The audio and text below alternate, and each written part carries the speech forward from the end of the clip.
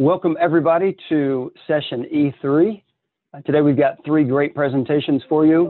So as we're going through this, just note that you can type questions into the chat and those will come up live. I'll be throwing them into the chat live here. So I'm really excited to introduce our first set of speakers. Our opening presentation is a deep dive into the North Carolina Floodplain Mapping Program's Advisory Flood Study and website. We're going to hear from Gray Minton, AECOM's Technology Solutions Manager with over 25 years of experience dedicated to FEMA-funded projects for federal, state, and local agencies, encompassing engineering, GIS, and software development. Dr. Paul Irvin, an economist with North Carolina Emergency Management who works on policy, disaster response, insurance, and risk management, has worked in Paraguay and written on poverty, malnutrition, and food insecurity. And Tyler Longberry, a senior water resources engineer with AECOM with more than a decade of experience supporting FEMA flood studies for riverine and coastal areas. So please help me welcome our presenters to the stage.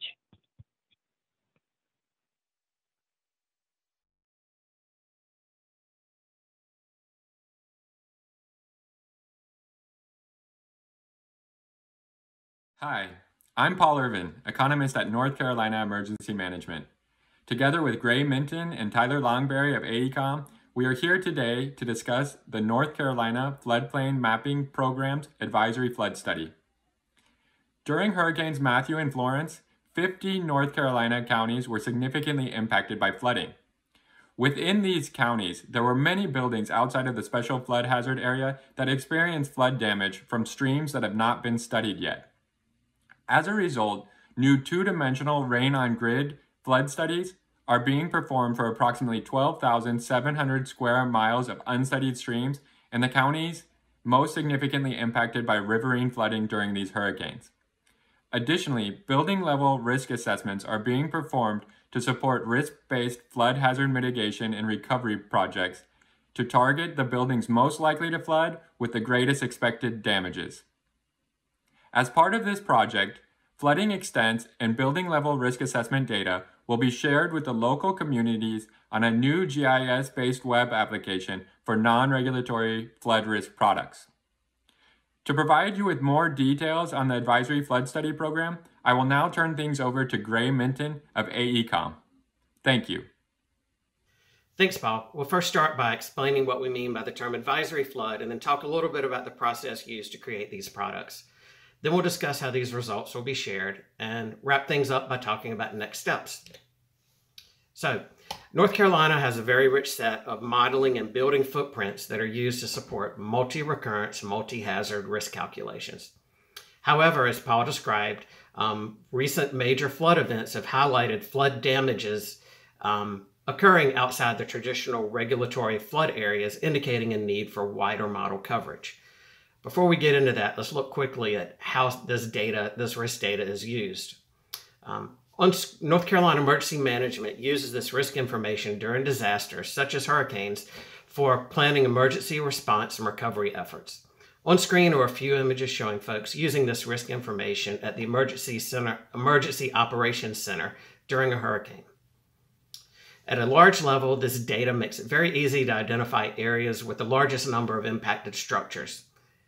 Using a similar hotspot type of analysis, we can focus on areas with the largest financial impacts, damages. Zooming in closer, we can symbolize the actual structures based on the impacts and start making judgment calls or actions, such as evacuations based off of what we're seeing. This is a very simplified example of how flood modeling information is utilized in times of emergency. It's a lot more complex.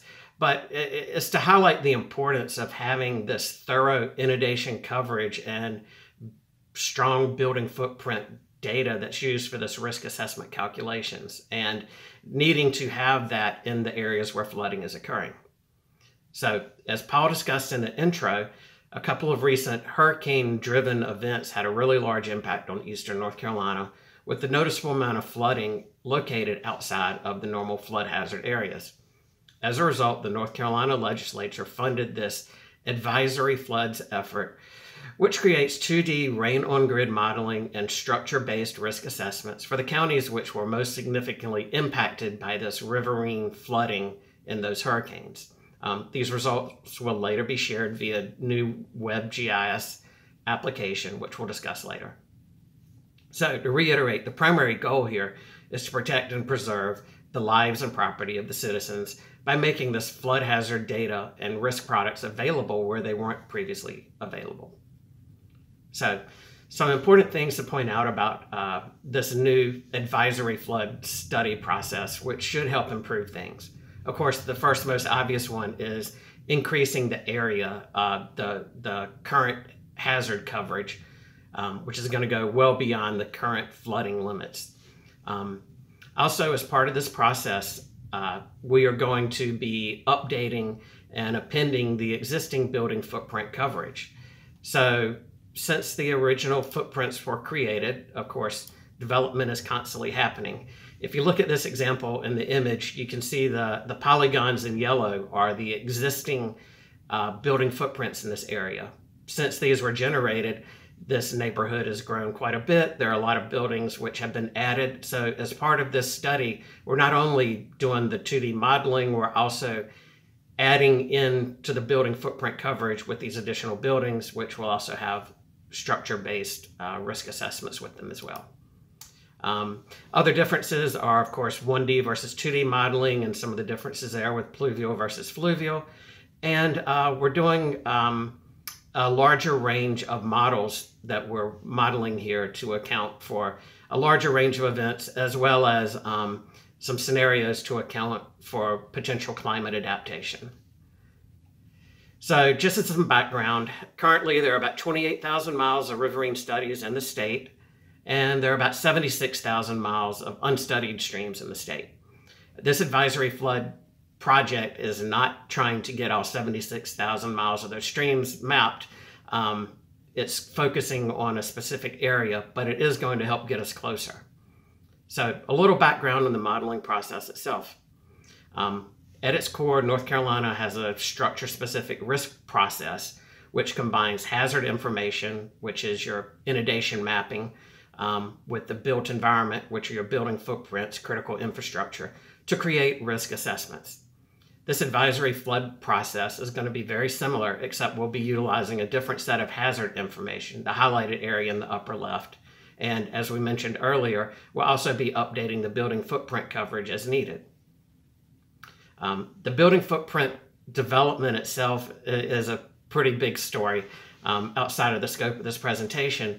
But in summary, all of the structures in the state are represented by building footprint polygons, which have quite a few attributes associated with them to calculate the different risk assessments needed for the different hazards. This data comes from field survey, parcel data, other data sources where available. This image just shows an example of a building footprint in a neighborhood. If you look at the attributes, you can see that each of these attributes have a source to tell you where they came from, as well as a confidence interval. So if we look at this, we can determine that the finished floor elevation actually came from a laser inclinometer done from field survey, which we consider to be very high confidence. And the heated square feet came from parcels, which again is high confidence. So the point here is that all attributes have metadata, and that metadata has a confidence value associated with it. Each attribute has a different way of getting it, but they each have a way of ranking their confidence. And these confidence intervals can be used to help us determine our overall confidence in the risk calculations, as well as identifying areas where we can obtain better data in the future. So that was the built environment. For the project itself, as Paul mentioned, this flooding, this phase is targeted in the areas that are most prone to riverine flooding during hurricanes. That's basically the eastern part of the state. You can see it highlighted here. It touched on 38 of North Carolina's 100 counties. It's maybe a quarter of the state. Something to note here, in this project area, there are about a little over 7,000 miles of study streams currently. We're anticipating we're going to add a little over 11,000 miles of stream with this advisory flood product. So we're going from 7,000 miles studied in the beginning to over 18,000 miles when we're done. So we're greatly increasing the flood coverage here. It does need to be pointed out that these advisory flood products are not replacing any currently studied streams. They're only appending existing data. So the source data used here for the modeling is what you'd expect for 2D models. We're using QL2 LiDAR. For the roughness, we're using the NLCD information. We're using NRCS soils. We're using NOAA for meteorological information. In the lower right, you can see an example of some of the hurricane gridded, rainfall gridded distribution that we're using to run a hurricane scenario through for validation, which we'll talk about later. So HMS is used for the excess precip, but this is primarily a HEC-RAS 2D rain on grid approximate method with a fairly large mesh size. 12 events were modeled in addition to the hurricane validation events, which we talked about. There were 9 recurrence intervals, which would be sort of what you would think of your typical hypothetical floods that we do in normal studies, the 5 through 1,000 year. And then there were 3 potential climate adaptation scenarios that were run as well. North Carolina Department of Transportation also provided data to help with the mesh development and terrain modifications. In the images at the bottom, you can see how some of the DOT information was used to burn culverts into the terrain to help with the hydraulic connectivity. This is an example showing the mesh showing how brake lines were applied. The mesh spacing ranges from 50 to 100 feet at the brake lines to 100 to 300 feet elsewhere in the models. And as I alluded to, these models are actually validated against real hurricane scenarios that actually happened. Depending on the modeling area, we're using Hurricane Matthew and or Florence. So during these events, we had high watermarks which were captured, as well as NFIP claims information, assistance, other information which can get us locations and high watermarks. And as you can see in the image at the bottom, we would compare these both via the water surface elevations and as well as just the inundation extents to make sure that if something was flooded, shown as flooded in the hurricane, hopefully it's flooded in our model as well. So the products that are being developed as part of the advisory flood process are very heavily raster based. Rasters were created as part of North Carolina issue paper 69, which is a guidance document. They were at a 10-foot self size for the 12 modeled events. The raster types that were created for these events were water surface elevation, depth, velocity, depth times velocity, and arrival time. In addition, flood hazard polygons were created, and percent annual chance and percent annual chance 30 rasters were created. For all of the structure-specific risk assessments were performed for the events, and this was used to help determine mitigation strategies. And this information was updated in CNMS as well. So the image on the left, these are some examples of typical products. The image on the left shows, zoom in a little bit, it shows a raster product. The area outlined in purple is the extent of the current traditional regulatory modeling floodplain area. All of the blue outside of that is the new advisory flood area. So you can see from this image, we are greatly increasing the coverage in these individual basins that we're working on. The images on the left are your velocity and depth times velocity rasters. So now we'll discuss how these products will be communicated. The goal here is to create a simple interface to share these results with the communities and agencies that need this information. It's very important to point out here that North Carolina has a lot of current viewers and tools out there to communicate regulatory information and other specific needs to communities. And we want to make sure that the advisory flood information is not confused with that. So an example of an existing viewer that's out there is the Flood Risk Information System, FRIS. This is primarily for communicating regulatory water surface elevation information.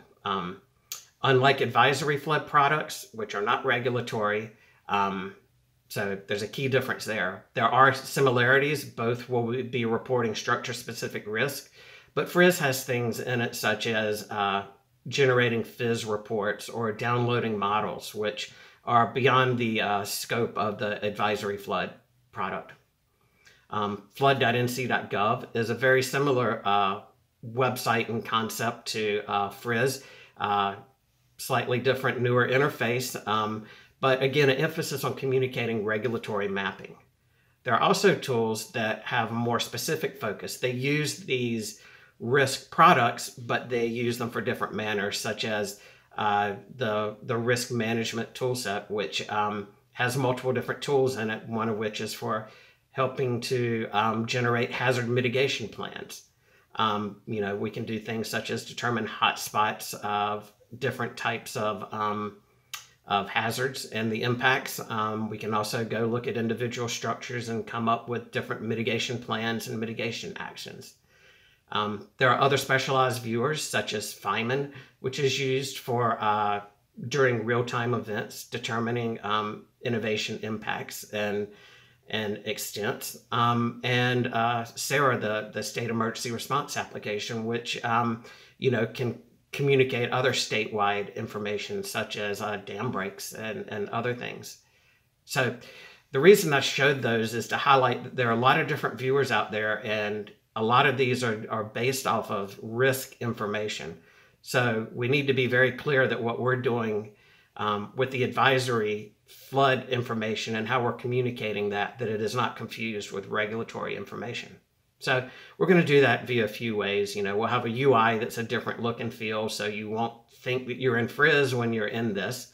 And we'll also do things such as messaging the user with a splash screen when they enter the site, reminding them of the appropriate usage of this information. And just a reminder, some of these slides that are coming up are the website's still in development, being finalized. So the final look and feel may change, but the concept here is the same.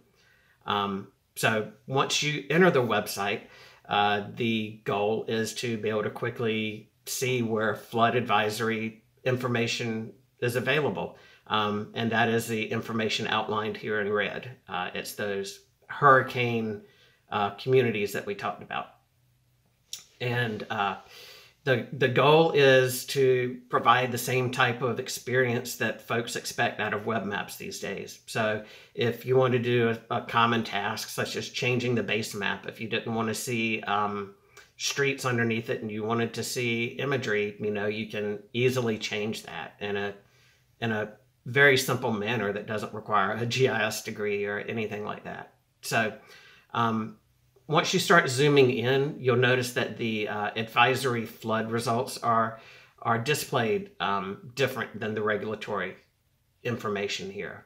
I'll zoom in a little bit, and you can see that the advisory flood information is visualized based off of the depth rasters. That's the blue and purple in the area. And the areas where there are already regulatory products are in a solid gray. So the goal here is if a user wants to try to find out information in the regulatory areas, we'll redirect them to some of those viewers we showed a few minutes ago that are designed for handling regulatory information. This website is for the advisory flood information, so we want to make it very clear the difference. So once you're in the website, folks will be able to navigate in a normal manner, pan, zoom, toggle your way around. And of course, enter an address, geocode, go to the address, look up buildings, things like that. Once the area of interest is located, the users can click on a building to display the advisory flood information. On the screen here, you can see on the left some of the basic building attributes we talked about earlier in the presentation that are used to help calculate the risk here. And on the right is the actual advisory flood results. So for the different recurrence intervals or events that we modeled, you can see the actual depths and damages. Now, this doesn't have to be done at buildings. This can also be done just in an open space or open lot. So in this example, we're just clicking in an undeveloped lot, and it's returning the water surface elevations and the depths for the various recurrence intervals that were modeled here. This is useful, of course, for developers, or even if a community wants to use this for some type of planning purposes. So that was a really quick tour of advisory floods. Let's recap and talk about where this is headed next. So as Paul led things off, recent major storms indicated the need to expand the geographical extents of the current flood coverage. North Carolina legislature funded this 2D rain-on-grid advisory flood creation for the most riverine flood-prone areas during these hurricane events. This touched on 38 of North Carolina's 100 counties, which is about 80 Huck 10 basins.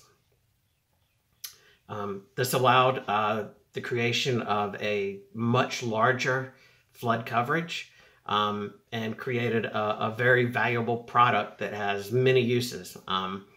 Community planning, we talked about that a minute ago. Communities can incorporate this or use this however they may want to do for their development guidance. Infrastructure planning, lots of ways it can be incorporated here. Planning future road corridors, identification of troubled road crossings that are vulnerable to overtopping or flooding. This can be used for targeted state-funded mitigation and acquisitions. And of course, there's the value that comes from private citizen awareness and the actions it could inspire. It could lead to mitigation, but also just from a personal level, if you know you're in a flood-prone area, you might be more tempted to purchase flood insurance at a premium rate now. And of course, the emergency response uses. We talked about that a little bit up front, the typical emergency operations center type of decisions that are made. And of course, there's, post-event such as substantial damage estimation planning, things like that. So next steps, obviously finish all the studies in the area and the website and publish that and get the information out there.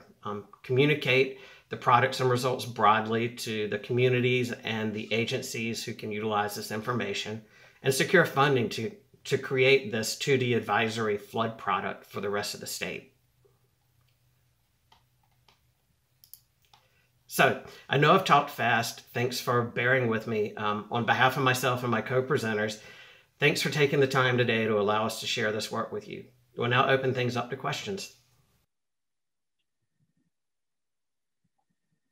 Well, thank you so much for that fantastic presentation. Appreciate y'all sharing the great work that's going on in North Carolina. I want to dive into a few of the questions that have come in. Right off the bat, how would you say this compares to the typical FEMA BLE study?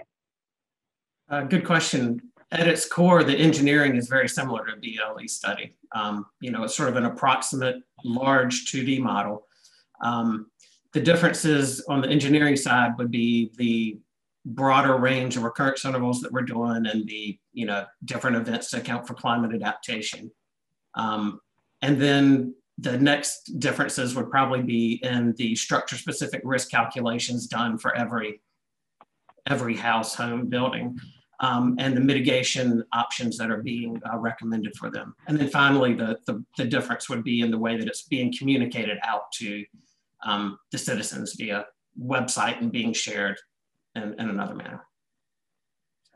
Okay. Well, and when will this be available for the public, this application? It's a good question. The engineering data is being finished up right now. So it will be loaded over the summer, and I want to say the deadline for this is the end of this year, but I don't know it'll take that long to get all that out there. So. Okay. When in digging into some of the analysis, were the point precipitation frequency values that you used reduced using area reduction factors? Yeah, aerial reduction factors weren't used for this modeling. We just took the excess precipitation calculated from HMS to account for the precipitation losses. Okay, thanks, Tyler. And did you account for the mitigating effect of stormwater management infrastructure, so like catch basins, pipes, drainage swales, and how they affected the flooding? No, that level of detail wasn't incorporated into these relatively approximate models. So stormwater systems and other things like that weren't, anything that wasn't a natural topographic feature did not get incorporated into the model.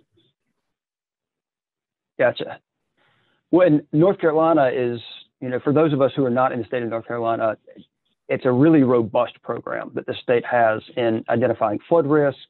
As somebody in Florida who I would like to say we were ahead of the game, I feel like North Carolina is so far ahead of just your overall robust program. So can you step in a little bit how your locals can use this data as part of the regulatory program or best available data? Sure. Somebody on the regulatory side could probably answer in more detail than me, but from the sharing point of view, this will be available to communities to incorporate or adopt or use however they want to. So this is not regulatory per the normal North Carolina regulatory websites and mapping, but that doesn't stop a local community from adopting it and incorporating higher building standards or other regulations as they see fit. Gotcha. And can you step into a little bit more on the climate adaptation events that you used? How were they computed and how were they incorporated into the analysis?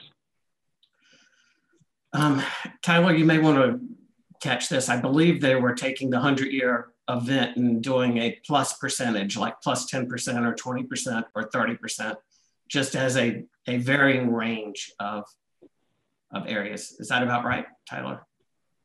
Yeah, you nailed it there. There was 3 events for the climate runs, just incremental percentage increases on the 1% precipitation depth. Gotcha. Well, I think it's really important to understand the level of detail, like you said, Tyler, in this analysis and what it is and what it is not. And so trying to capture as much information and predict as much risk as you can without capturing every single bridge and culvert, and thus increasing the cost a lot for the analysis. Yeah. So go ahead. No, I was just going to say, yeah, you said it well there with the level of effort being approximate. And it also sets the groundwork a lot, as everybody knows, with PLE models, they're easily upgradable. So to expand on detail in the future, or if you wanted to build out a more detailed model using this as sort of the base level, it's an easy transformation there, or with scoping and funding, of course. Gotcha. Yeah, that's a really good point. A lot of communities maybe don't have even the technical expertise to build something like this from scratch. But once you get the skeleton in place, to be able to grab it and update it with culverts and bridges in some more detail, I think you can get a lot of detail in a hurry now that you've got that skeleton in place. Now, we were talking about a little bit about how you enforce this on the regulatory side. And of course, there's a lot of great FEMA documents out there that dive into using best available data, even when you don't adopt it officially. But do you know of any communities that have or will be adopting this as advisory floodplains? Not yet. This is fairly new. So we're hoping they will, of course, but we don't know yet. As soon as it's ready, it'll be shared with other communities, and we hope that they will adopt. Okay. Tyler, when we're looking at the level of detail here, and you're doing rain on grid models, a lot of times you get some nuisance flooding. how did you look at what is considered actual flooding and just noise in the system, in the data?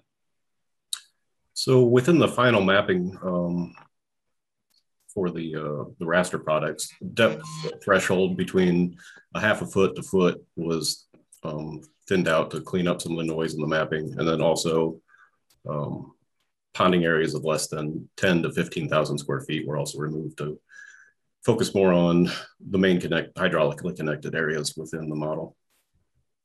Those are the main two thresholds for cleaning up the mapping. Okay, great. Well, it sounds like a really great tool for communities.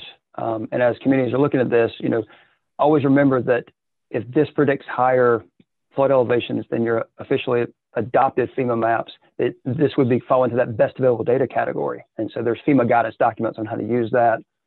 But I really appreciate y'all stepping into what you're doing. I wish we had this box of toys in Florida and some of the other states to use. A really great tool for floodplain management here. Thanks. Thank you. All righty, so we are going to step into our next presentation, and it's another great one. So our next great presentation is from a 3-person team at Woodard and Curran. We have Millie Cowley Crawford, Matt Jones, and Ian Jaffe. Now, I'm not going to read through their bios because Millie does a really good job of introducing them at the beginning of the presentation. So without further ado, please help me welcome the Woodard and Curran team as they discuss America's next top model, comparing climate change modeling tools and data sets for practical applications. Hello, and welcome to America's Next Top Model, comparing climate change modeling tools and data sets for practical applications.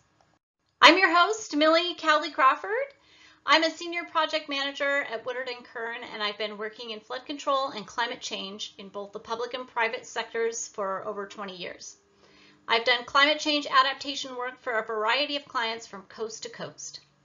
My co-hosts today are Matt Jones, a certified consulting meteorologist specializing in air modeling and sustainability consultation in Woodard and Curran's Environment and Remediation Group, and Ian Jaffe, a project engineer specializing in master planning and hydraulic modeling for clients all across the country.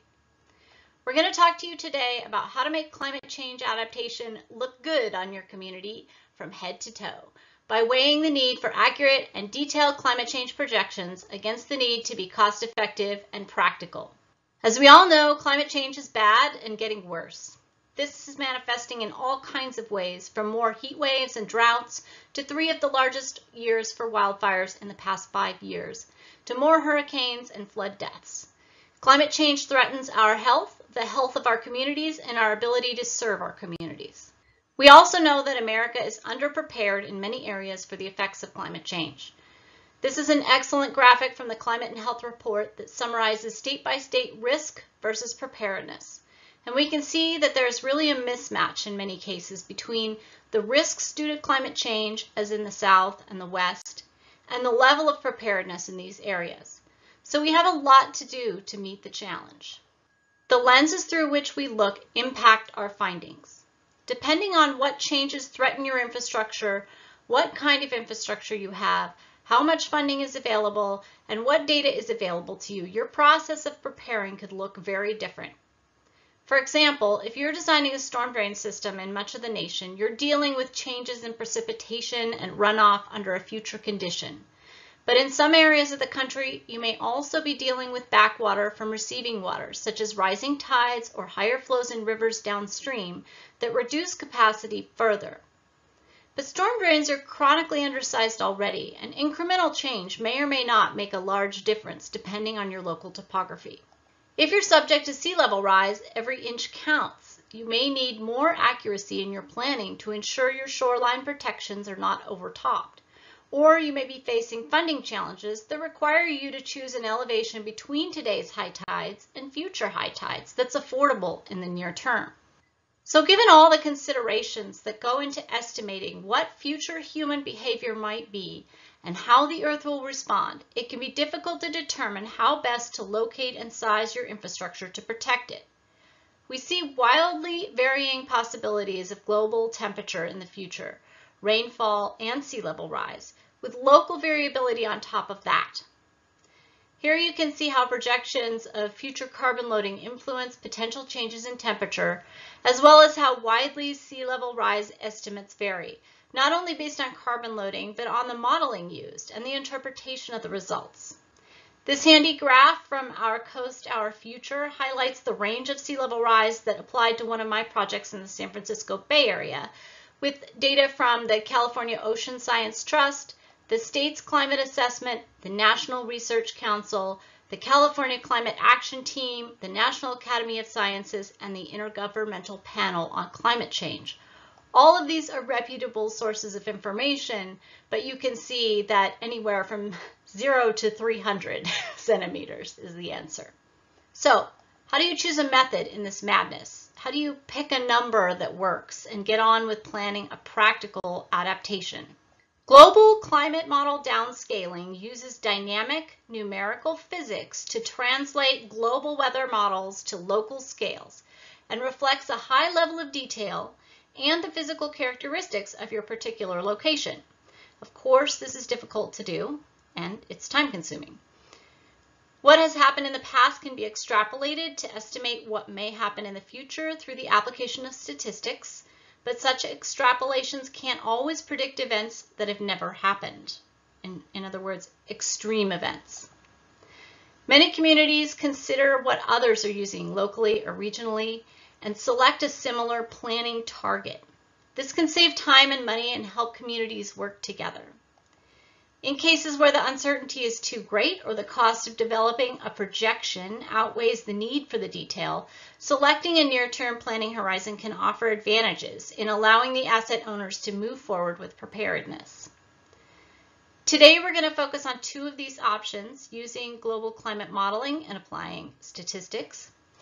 I'm going to hand it over to Matt to talk about these two very different approaches, their advantages and disadvantages from the perspective of cost and efficiency, and the levels of detail they provide, and when and where you might want to consider each of them. Thanks, Millie. So as was spoken about, if you want to get a future prediction of climate in your area of interest, one of the approaches is to use GCM data, global climate model data. This data is very cumbersome. It can be. The raw data is kind of hard to get at in many instances. And once you do get at it in its raw form, what do you do with this data? It's kind of at a very low resolution. It covers the whole planet. But the reasons for that are that GCMs are very complex systems. Not only do they incorporate a weather model to kind of look at the climate over a long period of time, they incorporate all the changes that go into making climate changes in the future, like population changes, like urban development changes, land use changes. They incorporate ocean current changes. They incorporate emission changes, air pollution changes, greenhouse gases. They're very complex systems, and so to get that level of complexity in a global model that's run out for 100 years, oftentimes the resolution is sacrificed. So these global climate models are on the scale of kind of a regional or continental scale, hundreds of kilometers per grid point. So to get at a value for your local asset of interest, you need to downscale that global data. So take that global data and extrapolate it down to a local level. And these global climate models are not just kind of independent one-off models. Each model, and there's many models, has its own scenario that's played out. And they look at multiple scenarios. And those scenarios are based on how the concentration of greenhouse gases would change into the future. So-called representative concentration pathways, RCPs. And at the end of a particular GCM forecast for a scenario, the net energy balance at that end will be positive based on the concentration, and the degree to which it's positive would indicate the level of warming. So oftentimes RCP 8.5 is considered a worst case scenario in global climate models that you would then downscale to your local area of impact. And what that means is that's the concentration pathway whereby at the end of the simulation, the net energy balance would be 8.5 watts per square meter positive being absorbed by the planet. So that's a warming scenario. So these things are very complex. They're kind of low resolution. They cover the whole planet. And so to get at a local impact, you need to downscale that data, and you need to do it for multiple concentration pathway scenarios. So how do you downscale such complex data? Well, there's really two approaches that the community uses, a dynamic approach and a statistical approach. In my opinion, kind of the most physically consistent approach would be the dynamic approach, whereby you take that global data set and that global scenario that you're running out, and within that global data you nest a limited area model that incorporates all the things that drive local weather. So a GCM won't be able to resolve the terrain on the local level. It won't be able to resolve the physics of a cumulus cloud or how a storm front would evolve over a local area of interest.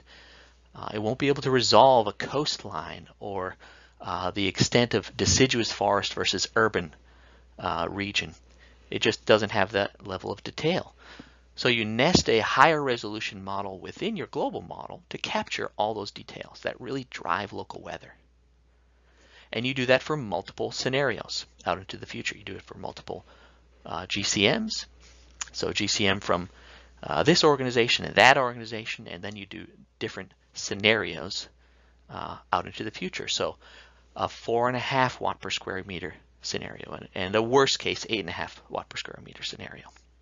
So you take that global data, you nest within it a dynamic weather model that takes into account all those things that drive local weather, and you run it out into the future. And here's what that might look like.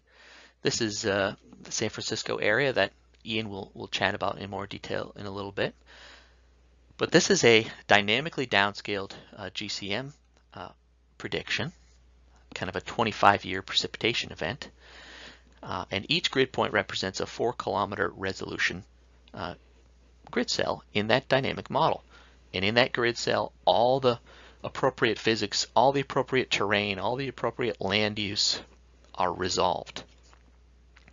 And not only is the spatial and kind of physical resolution appropriate for the local area, but also the temporal resolution. Here at the bottom right corner here, this plot. This is a profile of how precipitation evolved over this area of interest over a 24-hour period in the future for a particular kind of worst case scenario event. And so the dynamic approach not only gives you the resolution horizontally and vertically, but it also resolves the physics appropriately, and it gives you the temporal resolution. So here you can see how a precipitation event will evolve hour by hour over the area of interest. You can zoom in on particular regions if you'd like, or you can even choose a particular grid point at an asset's location to get the same level of detail that you would need. So to do that dynamic approach, which again I would argue is kind of the most physically consistent approach to taking global climate model data and projecting it to a local area of interest, that's a very complex approach. That's very you need expertise, you need computational resources. And so to kind of get away from that level of complexity, but still arrive at a local impact, people have developed a statistical approach. And in this statistical approach, you take your global prediction, and you kind of take one of those grid cells, which are kind of at that regional hundreds of kilometer scale. You take that prediction out into the future, and you look back in the past in your region, and you find an analog that kind of coincides with that prediction. And in the past, you find a correlation between the region and your local area of interest in terms of the weather, the observed weather. You take that correlation and then you apply it to that future prediction. So you develop an empirical relationship between historical weather at a regional scale and a local scale. You take that correlation and you apply it to your future regional prediction. So then you can downscale that future regional prediction to the local level using the same correlation that you've seen in the past. This approach is referred to as kind of a LOCA approach, localized constructed analog, where you look for an analog in the past that represents that future prediction, and you construct those correlations and you apply the same correlation to the region to get a local impact. And so people have done this for many GCMs, and they've done it for many scenarios within those GCMs to avoid the complexity and the expense of that dynamic approach. So there's this kind of balancing pros and cons between these two downscaling approaches. On the statistical side, you don't necessarily need resources or expertise to get at this data.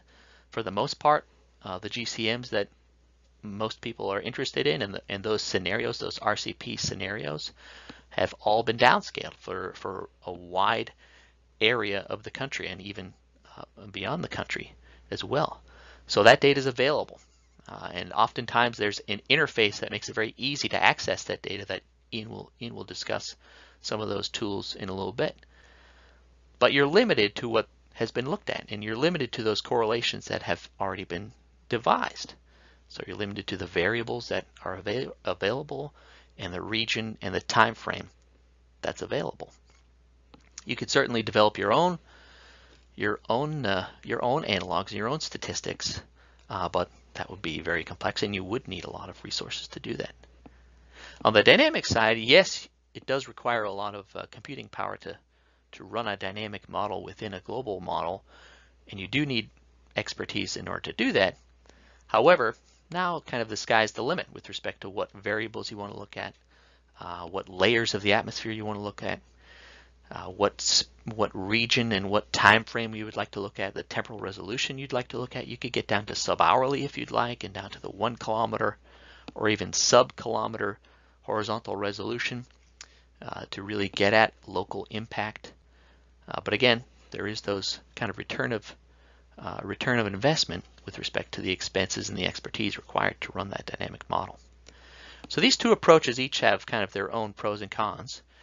Ian's going to chat about how they might play out with respect to a particular project that we've looked at. Take it away, Ian. Thank you, Matt. The project I'm going to be sharing with you to help illustrate the differences between statistical and dynamic downscaling is one that was conducted for the Fairfield-Suisun Sanitary District. For those of you who aren't familiar, Fairfield, California is located about an hour northeast of San Francisco. Now, the goal of this work was to review the district's current design storm and recommend any adjustments that would be needed to account for climate change-induced impacts. As part of this work, we reviewed historical rainfall data to identify trends in storm intensity. We utilized an existing climate change tool, which relied on statistically downscaled data to project future rainfall events. And we also developed our own location-specific dynamic downscaling. Now, I'm going to focus on the last two parts of that approach. So first, let's take a look at the statistically downscaled results. The tool that we used for this project is known as CalAdapt, which was developed by the California Energy Commission. It relies on statistically downscaled data using the LOCA methodology. The tool includes projections through the year 2100 for both RCP 4.5 and 8.5 scenarios. At right, you can see the 6-kilometer grid that's available from which to select your area of interest and spit out some results. And here are the results. CalAdapt spits out total rainfall for a few different climate scenarios on 2 different planning horizons. Ultimately, we come to the conclusion that there is about a 10% increase in total storm intensity for the 20-year storm by the year 2035, and a 20% increase in the total storm intensity by the year 2070. Let's compare that to the dynamic downscaling results, which provide much more event-specific resolution. The grid at the right, which Matt had previewed earlier, allows for more spatial refinement, and we can produce hourly precipitation for any target event that we are interested in. Shown here is the average 24-hour profile for the 25-year storm for the full area shown in the grid.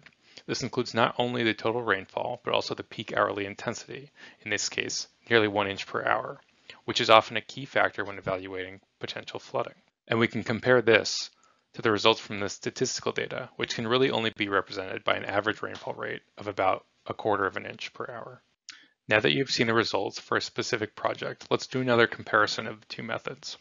The statistical downscaling can be best described as quick and easy. It took only a couple of hours to extract and process the data from the CalAdapt tool.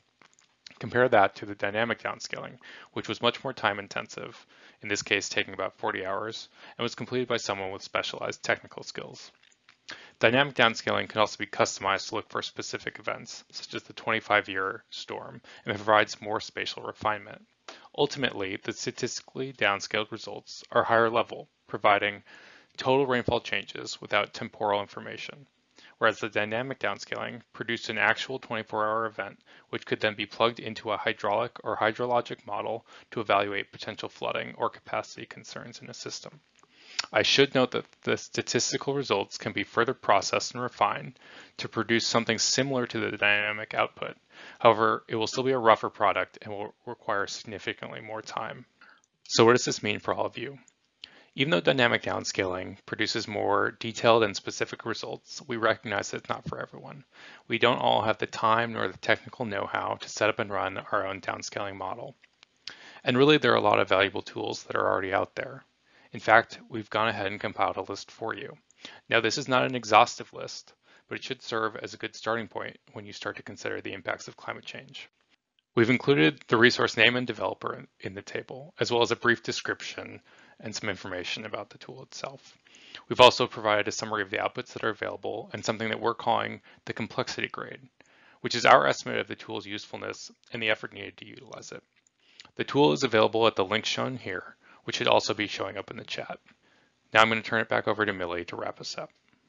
Thanks, Ian. So bottom line is that accuracy in estimating extreme events is not always needed. The most cost-effective climate change projection is often the one someone else has already prepared, particularly if it's being prepared at a state or a wider regional level, because it's going to be quick and consistent, and it's going to allow communities to adapt together. However, that's not always the case, as we saw with Ian's example in Fairfield, California. Leveraging the broadly available statewide CalAdapt data set didn't represent the possible intensity of a really infrequent event. Where flooding is a real concern and infrastructure is sensitive to a peak flow, or where flood after fire is a concern, it may be more important to understand the worst case that hasn't happened in the past. If you're struggling to take the next steps toward adaptation, we hope that you'll find your next top model on our handout. New contestants are always joining the show, and state and national policies are changing every season. So no matter what choice you make, we hope you don't let the desire for certainty and accuracy stand in the way of adaptation, because no action can be worse than not quite enough. Thanks for joining us today, and we hope you'll come and find us during the conference. We'd love to chat about this stuff, and we would love to meet you. Awesome. Thank you so much for that great presentation, Millie, Matt, and Ian. And now we're going to step into a little bit of Q&A here. And y'all may have to help me with some of these questions that I'm trying to ask here. But if stationarity is dead or is not dead or less informative, how can you develop realistic analogs? Yeah, so stationarity speaks to kind of a behavior of time series data in the statistical world. So without getting kind of too much into the jargon, that is one of the big areas of research in the statistical downscaling environment to uncover these analogs with which you can take a future prediction, find something in the past that is analogous to that at the regional level, and then downscaling it to the local level using a similar correlation coefficient or correlation approach. So without kind of digging into statistics, which might put some folks to sleep, but I would just say that it's an area of ongoing research to uncover those analogs and to refine how to mine the past to predict the future, especially in scenarios that are so kind of widespread in the climate sense. Excellent. Thanks, Matt. So Millie, let me ask y'all here. So for communities just getting started, there's a lot of inertia to take that first step. What do y'all recommend that they do, and what do you recommend they not do in order to just pull that first trigger? Great question, Del. So, it depends on where you are and what you're doing, what kind of infrastructure you have, how you want to first start to approach this. But I think, one of the best ideas is to talk to other asset owners who have the same kind of assets as you, other regional partners, depending on what kind of project you have. If you're working with other folks nearby, talk to them about what they're doing, get some perspective. And then, consider kind of rolling up through the levels of what may be available, from the local to the regional to what is the state offering, what's available nationally, because they're all going to provide different levels of detail, different relevance to your type of asset and what kind of problems you're facing and the level of risk you're facing. And just generally getting that perspective before you jump in and say, oh, I want to do a climate model for this location, or, oh, I'm just going to use this, readily available data set. Well, it may not mesh well with what you're trying to accomplish. So take that bigger picture approach, take a look at what might be available, talk to some folks that you trust, and, get that perspective before you dive in and commit to a process. Because there's a lot of things that are readily available out there to get started with. Gotcha. Yeah, don't reinvent the wheel. There's a lot of great info out there. And so how would y'all balance dollars of investment versus level of detail? Like, when is it necessary to design it down to the nth, and when are you just looking for broad brush? Yeah, I mean, think about if you're in a low-lying area next to the sea and you've got a critical piece of infrastructure, right? You need to know. You need to know what's going to happen, because you're going to have to design that infrastructure to be very resilient. Your risk tolerance is going to be low, and any little change in, let's say, sea level or inundation is going to expand to a much larger floodplain area versus something where you have more topography, and that event is going to be more contained. For a lot of types of infrastructure, you don't need that resolution, but there are certainly places where, it's more of a concern and you need a better answer. Okay, excellent. So let's dive into a little bit more of the scenarios here. So there's a lot of GCM models out there. Which ones do you pick, and how do you decide, and which scenarios are you looking at? And with all the choices, how do you pick? Well, I think a good place to start is looking at that table of tools that we provided in the chat, in the question chat there. Gives a rundown, as Ian went through in his part of the presentation, about the tools that are available and the regions that they cover, and in many cases, the emphasis that they are oriented towards.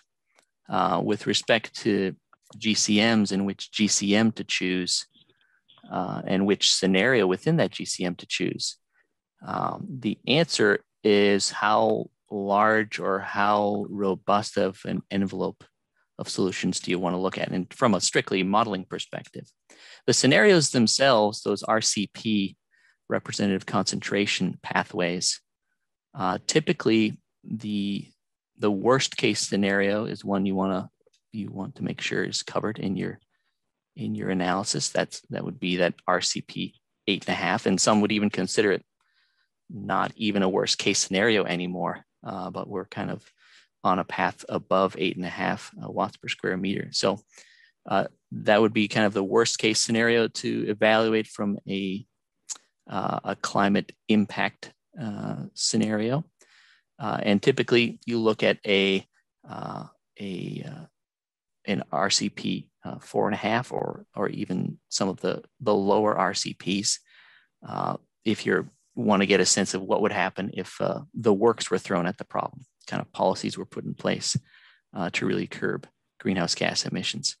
I see the question here relating to a way of decoupling the effect of greenhouse gas increases versus land change increases and how land use is incorporated into those scenarios. Really, kind of in my perspective, the main knob that's turned in these scenarios is greenhouse gas concentration. That kind of is the roadmap that the model developer takes in these representative concentration pathways. So to decouple the effect of greenhouse gas increases would essentially be to nullify the impact of the scenario you're looking at from a model perspective. Land use changes are incorporated in kind of different ways in different models. And so you could kind of investigate those if you had kind of a research project in mind. But for the most part, it really is a matter of kind of looking at the tools that are in place now that have kind of gained community acceptance, gained agency acceptance, and even in many cases, agency involvement in their development.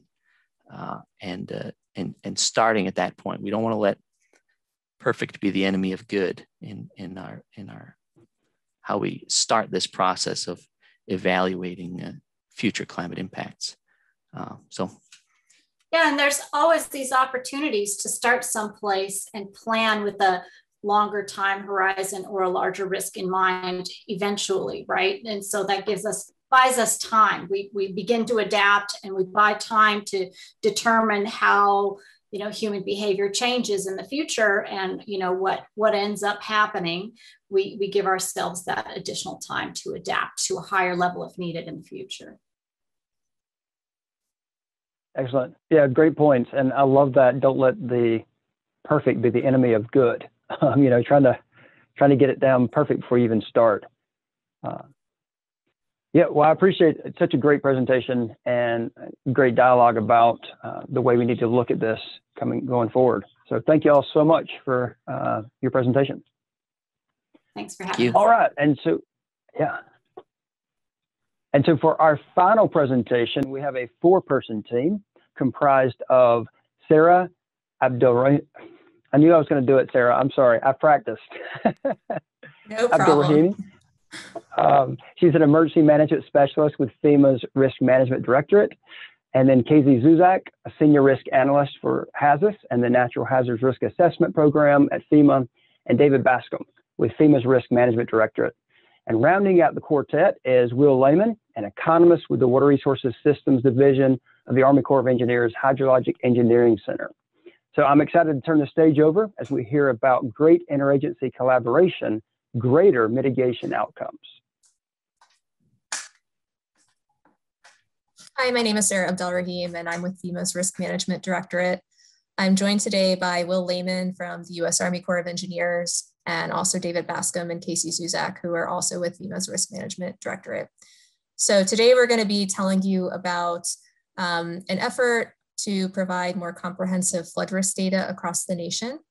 And we're trying to achieve this goal through enhancing our interagency collaboration. So what we're going to be going over today, we are going to just give a quick introduction of FEMA's flood hazard mapping program and where we intend to go in the future. We want to give an overview of why we think enhancing our interagency collaboration is so important. Then Will's going to go over a few examples of current interagency collaboration. Casey is going to be going over enhancing flood risk assessment through collaboration and some opportunities for enhancing our collaboration going forward. And then we'll wrap up and ask you all to imagine the possibilities. So the National Flood Insurance Program has worked hard over the past 50 years to produce the flood insurance rate map. The firms, or as they're known, depict special flood hazard areas or areas with a 1% annual chance flood. When we look at the trends over time across all residential structures in the SFHA, FEMA has estimated that the savings produced by NFIP's floodplain management standards over the last 40 years has likely reached $100 billion. So the current risk map program has a goal of providing high quality flood risk information and helping communities mitigate the risk. But there are some challenges that we face with the status quo, which you can find right here on the right-hand side, and I'll just highlight a couple. So developing and updating the maps is very time consuming and resource intensive. Focusing on developing and updating the maps leaves a wealth of other potential data that's used to develop the maps untapped. And then also the in and out nature of the flood insurance rate map makes it more difficult to drive action in flood prone areas because it's only, it's typically only depicting the 1% annual chance flood, which can create can create a misunderstanding that there is no flood risk outside the SFHA, which is an inaccurate perception. And so FEMA is looking at how to provide more consistent and comprehensive flood risk information through an effort known as the Future of Flood Risk Data, or FFRD. So here's a look at some of the differences between our current program and what we're aspiring to do in the future. So a consistent national scale data layer will drive the development of many products depending on our stakeholder needs. We'll invest in a national scale data set with our federal partners rather than how we do it today, which is investing in mapping community by community. We plan to do this in a way that is consistent, overcoming the patchwork of models and flood hazard assessments that exist today. Oops. And finally, this data will depict a more comprehensive range of flood frequencies, not just the 1% annual chance flood hazard that is depicted on the firm, but a more comprehensive range of flood frequencies across many different flood hazards, fluvial, and coastal. So federal agencies have already addressed a number of questions and challenges that we are facing, and leveraging their expertise is a more efficient way to carry out some of our additional explorations in the flood hazard modeling space. So we're trying to take a whole of government approach, and having a more cohesive strategy to develop and deliver flood information across federal agencies helps us serve the public better with one voice, and can help stakeholders find and understand flood risk information from the federal government more easily. So collaboration with other federal agencies allows us to leverage our resources to achieve common objectives. So helps us to do that more cost effectively, and aligns with statute and advice that we've gotten from other bodies, such as the Technical Mapping Advisory Council, which is a federal advisory committee that advises the FEMA's flood mapping program, and a report that came out several years ago from the National Academy of Public Administration. So to do this, we are building on existing partnerships like the one that we have with Will and the Army Corps of Engineers, and we're exploring new partnerships through discussions with other federal agencies that have equities in the flood risk identification space. And then we're also exploring mechanisms where we can collaborate across agencies more broadly, and Casey will go over an example of one of these mechanisms a little bit later in the presentation. So with that, I will turn it over to Will to go over some current examples of how we have been collaborating to identify flood hazard and flood risk. As Sarah has been mentioning, there are a lot of opportunities out there in the flood risk space for collaboration, because there are many agencies that have authorities in the same space. So thinking about how we can leverage one another's work to reduce duplication and improve our ability to communicate with the public is a win-win for everyone. Some examples of that, the first one here is from the USGS coordinating with FEMA. So I wasn't part of this, but it's an example of the value of collaboration. FEMA invested in USGS to help deliver 3D elevation for the entire nation through the 3DEP program. This program has not only changed the way that we look at flood risk in the nation, but it's also changed other sorts of geophysical modeling. It's not just confined to the flood space. But this investment was critical to being able to describe how water moves throughout our nation. From this data, there's been an update to the NHD plus V2 data, which allows us to see the rivers and how they flow throughout the nation in defining a stream center line. So there are so many derivative products that can come from the investment in this one product. It's a multiplier effect on the investment dollars. So finding ways to coordinate instead of piecemeal buying LiDAR at the community level, instead investing in a national program where everyone gets the benefit, we improve our ability to deliver our products as a nation. Another example of that is the National Levee Database. Within the Army Corps of Engineers, we have the National Levee Database, and that database stores a location of all of the levees in the nation that we know of, their stream or their alignments along the stream, and their levied areas. In addition to that, we have information about what assets are behind those levees and how much their valuation is. This data set is the collaboration of multiple agencies, from FEMA and USACE, who make up a large portion of the portfolio, to very many other agencies, like state agencies like the Department of Water Resources, and other agencies that have a water mission like the Bureau of Reclamation. So these data sets together, all of us working together to build this single source of truth for levees in the nation, have improved our ability to programmatically look at our levee risk across the nation. Companies like First Street Foundation, for instance, have been able to use this API that defines how to find the levied area polygons in the nation to help inform whether or not an asset in their flood factor is behind a levee or not. That is important information to communicate to the community, and everyone wins when we have easily accessible data that is built as the single source of truth. In addition to that, we have within the federal agencies many different ways to use that data in conjunction with other data sets to evaluate risks. So the National Structure Inventory is an example of a data set that USACE and FEMA have worked on for a number of years to be able to describe the value of structures throughout the floodplain. Relating it back to the National Structure Inventory specifically, this or the National Levee Database specifically, the National Structure Inventory defines the value of the assets that are at risk behind levees. And we can get those reports that are standardized because of this data set and their interconnections.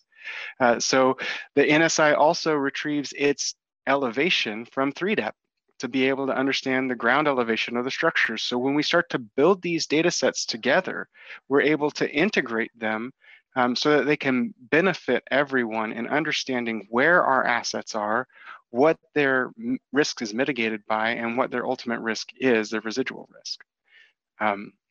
Our final example of collaboration is the model library. So FEMA and USACE are currently working on a product we call the model library.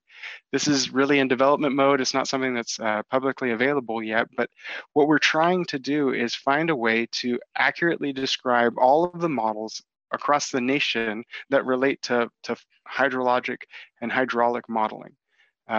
If you can imagine, the NFIP program has mapped vast quantities of the United States. And those models that produce those maps have not necessarily been leveraged as much as they could be in creating regulatory and non-regulatory products. The model library is an opportunity for us to look across federal agencies to understand where models are, what they cover, and what they're constituted of. So are they RAS models to do hydraulics, or are they PEAK-FQ models to talk about flow frequency across the federal agency with USGS there? So being able to have a single location for us to find modeling efforts that build upon things like the National Levee Database and the 3DEP program to produce modeled assets to describe how water flows in our nation is going to allow us to better inform and to better provide products to the community. So if you can kind of think about what we're trying to do here, we're trying to say, hey, if we can have single source of truth data across the nation that represent our dams, our levees, our critical infrastructure, how weather moves in the clouds, and then how that models down to how reservoirs operate, and how water gets around our infrastructure, we're able to then start to think about our risk in our nation in a very different way. These products work together, or need to work together, and if we invest collaboratively to do that, then we can lift everyone's tide to better understand our risk in the nation. I'm gonna, at that point, I'm gonna leave it off and hand it over to Casey, who's gonna talk about some really cool tools that leverage these sources of truth.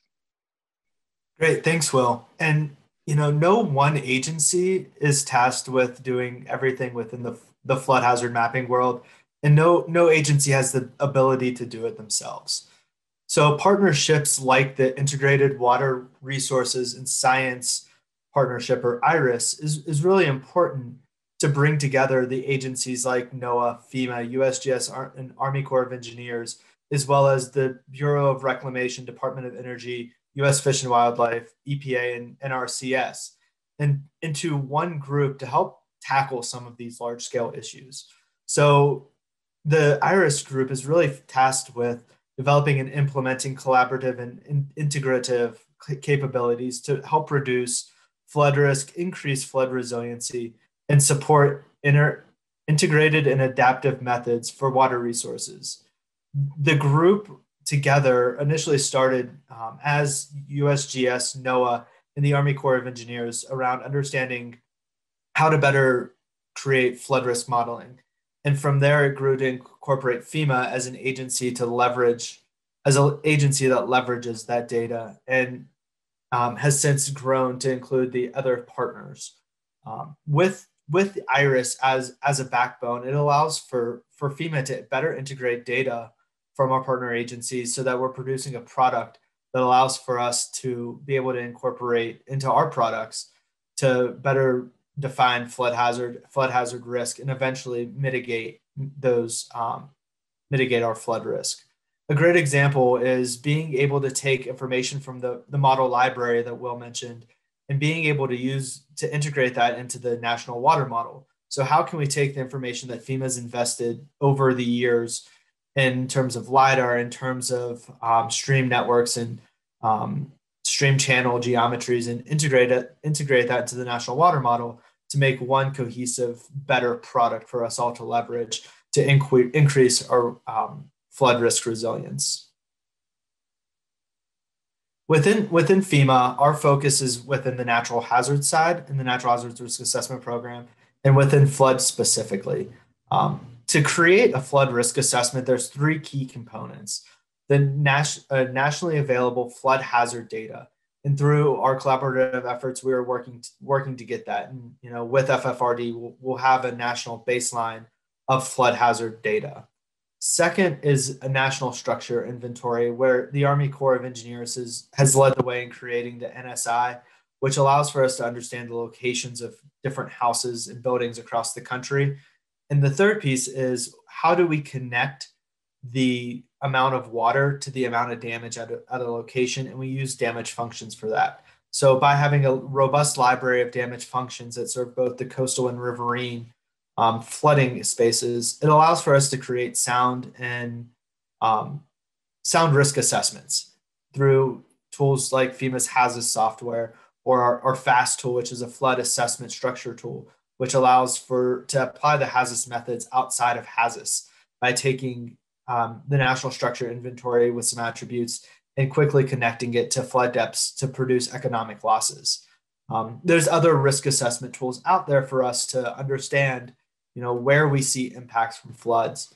And finally, how do we display this information? So we are working with the HAZAS Loss library, which will be coming out this summer, which is a way for users to understand HAZAS results and have access to a library of HAZAS information that can be incorporated into local planning efforts. Through efforts like the National Risk Index, which helps communicate risk for 18 different natural hazards across the US at the county and census tract level. And our integration with the USGS flood inundation mapping team to actually create HAZAS analysis for each of the gauges where they've conducted their FEM work for all of the different return periods. These efforts allow for us to connect the flood hazard mapping data to buy down our long-term risk from floods. And bringing this into FFRD is achievable through the assessment. We focus a lot on the flood hazard mapping, and once we have the data through the flood hazard mapping piece, it allows for us to connect the depth grids to the inventory or national structure inventory and the damage library or loss function library to create a nationwide risk assessment for floods. This allows for us then to take whatever flood hazard information that's produced, create a risk assessment for it, and then be able to communicate it through mitigation planning, which then allows users to buy down their risk, identify mitigation actions, and then mitigate those actions along the way, producing a sound and increasing our resiliency to flood risk. So I'm going to turn it over to David to talk about the possibilities. Thank you, Casey. And thank you, Will and Sarah, for this excellent presentation. This has been a lot of fun for us to put together a lot of these examples that are very relevant because we really love imagining the possibilities. And we challenge you all to imagine the possibilities if we're successful in efficiently bringing together agency data and models, improving access to agency data and modeling, along with the maintenance and utility of them, and delivering this information to the public with a consistent voice. I know we believe that the resulting improvements in understanding and utility of flood hazard and flood risk information will lead to enhanced capabilities for state, local, and private sector innovation and increased prevalence of flood risk informed decisions and flood resilient outcomes across the nation. Our intent is to build on the progress that each of you have made in your communities and your communities of practice, and to ultimately make it easier for you to make this nation more resilient to natural hazards. As we shift to the Q&A, your feedback is certainly welcome. Thank you. Well, thank you so much to our team from FEMA and the Army Corps for that great presentation. We're going to dive a little bit into some of the nuances here. So as FEMA moves towards the future of flood risk, what do you see as the role of state and local governments in contributing to this interagency collaboration? So one of the key elements that we see in moving to this future is the role of state, local, tribal, territorial stakeholders, and the private sector as well. So through our interagency collaboration, we're hoping that we can provide a nationally consistent and more comprehensive data set. But, at the local level, in particular, there may be areas where there are more complexities, and states and local governments can bring data that helps to understand those complexities more accurately. And so the state and local governments, have a very important role to play in more accurately assessing hazard and risk at a more local scale. And the other presentations in this session are really good examples of how we can provide a good baseline of information at the national scale that can be tailored at a state and local level to more adequately assess their risk. Excellent. Yeah, a lot of the times we have this, the national perspective and how to connect it to the local. And a lot of times it gets lost in the fear of just getting started and how you even do that, or the dialogue and the conversation there. So with that complexity you're talking about, adding complexity to this national framework, given the challenges and the costs needed at the local level to dive into that and build that increased complexity, how would you, what recommendations would you make to communities who have, let's say, maybe no resources to even start, and others who have a lot of resources? How can they both use this tool that you've got?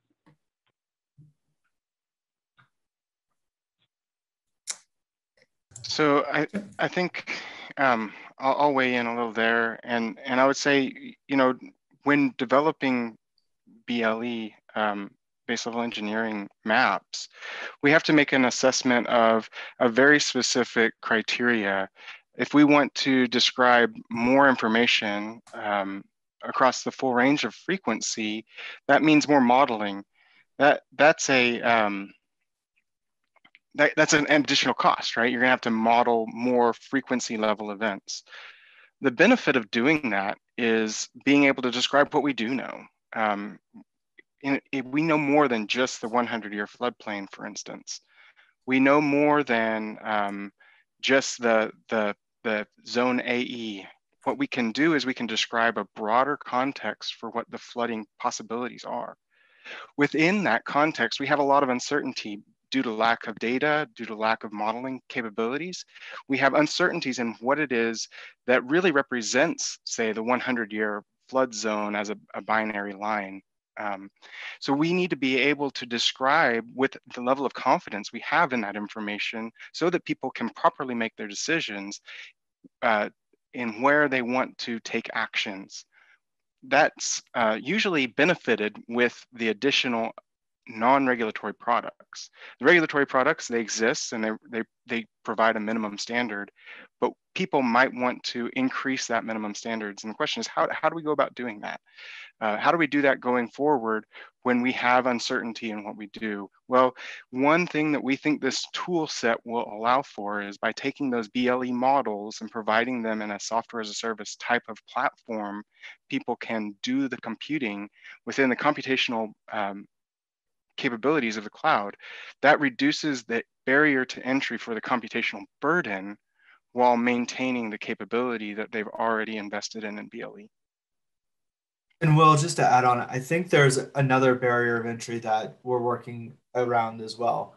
It's being able to provide data to users at all different levels, where you may have advanced communities that have the ability to go out and create either detailed risk assessment, detailed site-specific risk assessment data.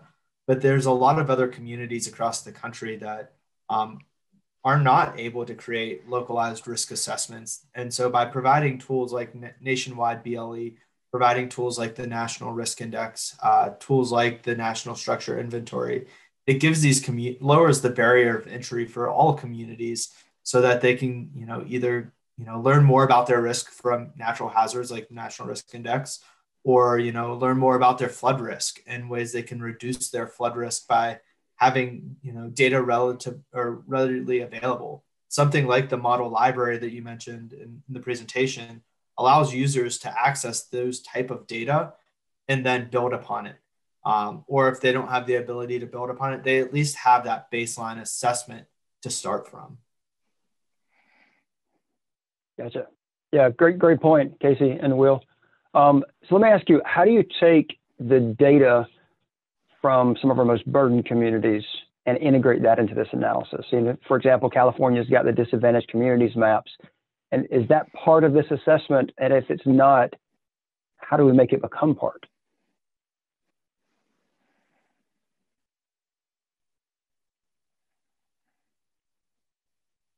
So I think that the best way I would characterize that is through Casey's National Risk Index tool, which there's a presentation on that tomorrow at 9 a.m., correct, Casey? Yep, 9 a.m. Yeah, no, thanks, and in Will. that part of the, yeah, go ahead. I was going to say one thing within the National Risk Index is we look at 18 different natural hazards to understand risk across the country. Not only do we categorize the hazard risk through an expected annual loss or an annualized dollar loss value, but we also look at social vulnerability and community resilience to understand the impacts of that they have on natural hazard risk. So just understanding where we see impacts isn't the whole story. We need to know, we want to know who's being impacted and how does their inherent risks change, based upon, the disproportionate impacts of a community, based upon its social vulnerability, or how prepared a community is and their ability to recover from a natural hazard through community resilience. So again, I'll be talking about that tomorrow morning at 9 a.m. And then, I think there's definitely room to integrate, social equity and different components like that into FFRD in the future. Excellent. Well, I really appreciate all the presenters today, and the takeaway that we've been hearing over and over and over is not letting perfect be in the way of good, and just getting started. And so I really want to thank everybody for your great presentations. And once again, definitely come out and see the presentations tomorrow. This is important dialogue and an important conversation starter. And if you didn't see all the resources, we added those in the chat, definitely for that. The one climate change tools and database information, we threw that link in the chat as well. So thank you all so much to our presenters, and we're out.